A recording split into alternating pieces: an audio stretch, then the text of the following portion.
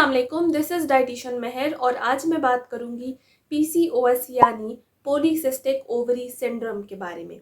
बहुत सारे लोगों को PCOS होता है लेकिन वो उसके सिम्टम्स को, इसकी अलामात को इग्नोर कर रहे होते हैं।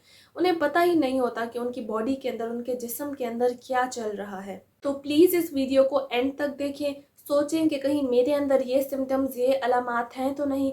अगर हैं तो किसी एक्सपर्ट से रब्ता करें जो आपकी इस प्रॉब्लम से निकलने में मदद कर सके। What is PCOS? PCOS आखिर है क्या? मैं आपको निहायत आसान ज़बान में समझाऊंगी। PCOS में ब्रेन यानी दिमाग और ओवरीज के दरमियान का कनेक्शन ख़राब हो जाता है। आप कह लें कि इन दोनों के दरमियान लड़ाई हो जाती है और ये दोनों आपस में बात नहीं कर रहे होते, चीज़ें डिस्कस नहीं कर रहे होते कि क्या करना है। ओवरीज ब्रेन से नहीं पूछ रही होती कि अब मैंने आगे क्या करना है।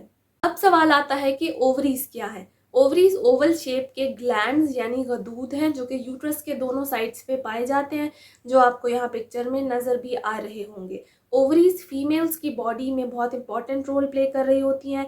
फीमेल्स के हार्मोन्स को कब रिलीज़ करना है, कितना रिलीज़ करना है, ओवरीज डिसाइड करती हैं ब्रेन से डिस्कशन के बाद, ठीक है। रिप्रोडक्शन में ये एक बहुत अहम किरदार अदा कर रही होती हैं। हमारे मंथली साइकिल्स को कंट्रोल करती हैं। एग्स की प्रोडक्शन और उनके रिलीज को कंट्रोल करते हैं कौन? ओवरीज। PCOS में ब्रेन और ओवरीज की आपस में लड़ाई हो जाती है जिसकी वजह से ओवरीज एबनॉर्मली काम करना शुरू कर देती हैं। वो चीज़ें करने लगती हैं जो उन्हें नहीं करनी होती।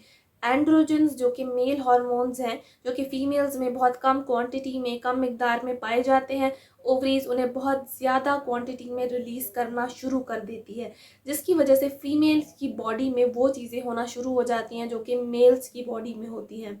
अब बात करते हैं इसके सिम्टम्स यानी इसकी अलामात की। मंथली साइकिल का एब्सेंट होना यानी ना होना, मंथली साइकिल का हर मंथ सेम डेट पे अकर होना, ठीक है। इसके अलावा बहुत ज़्यादा फटीग्ड और टायर्ड, थका हुआ महसूस करना, एक्नी, फेशियल हेयर्स का यानी मुंह पे बालों का बहुत ज़्यादा बढ़ जाना, इसके अलावा बहुत ज़्यादा बाल गिरना, गंजपन जैसे मर्दों में होता है, वेट गेन यानी वज़न का बढ़ना स्पेशली एब्डोमिनल एरिया में, जो पेट का एरिया होता है, ठीक है, उसमें। इसके अलावा high cholesterol, high blood pressure, insulin resistance यानी आपकी बॉडी इंसुलिन बना रही है। इंसुलिन हमारी बॉडी में ग्लूकोज के लेवल्स को कंट्रोल करती है। तो PCOS में इंसुलिन रेजिस्टेंस होती है यानी हमारी बॉडी इंसुलिन बना रही है लेकिन उसे इस्तेमाल नहीं कर सक रही, बिल्कुल वैसे ही जैसे डायबिटीज़ यानी शुगर की बीमारी में होता है। इसके अलावा गैस, ब्लोटिंग, नींद ना आना, लैक ऑफ कंसंट्रेशन, चीज़ों पे तवज्जो ना दे पाना। अगर आप में ये सिम्टम्स हैं तो कंफर्मेशन के लिए किसी एक्सपर्ट से रब्ता करें ताकि वो आपकी इस प्रॉब्लम से निकलने में मदद कर सके, आपकी बॉडी को हील करने में आपकी मदद कर सके। पहली प्रायोरिटी, अगर आपको पता चल जाए कि आपको PCOS है तो आपने अच्छी डाइट की तरफ जाना है। मैंने डाइट प्लान बनाया है जिसका लिंक मैं डिस्क्रिप्शन में और ऊपर आई बटन में डाल दूँगी, आपने ज़रूर देखना है।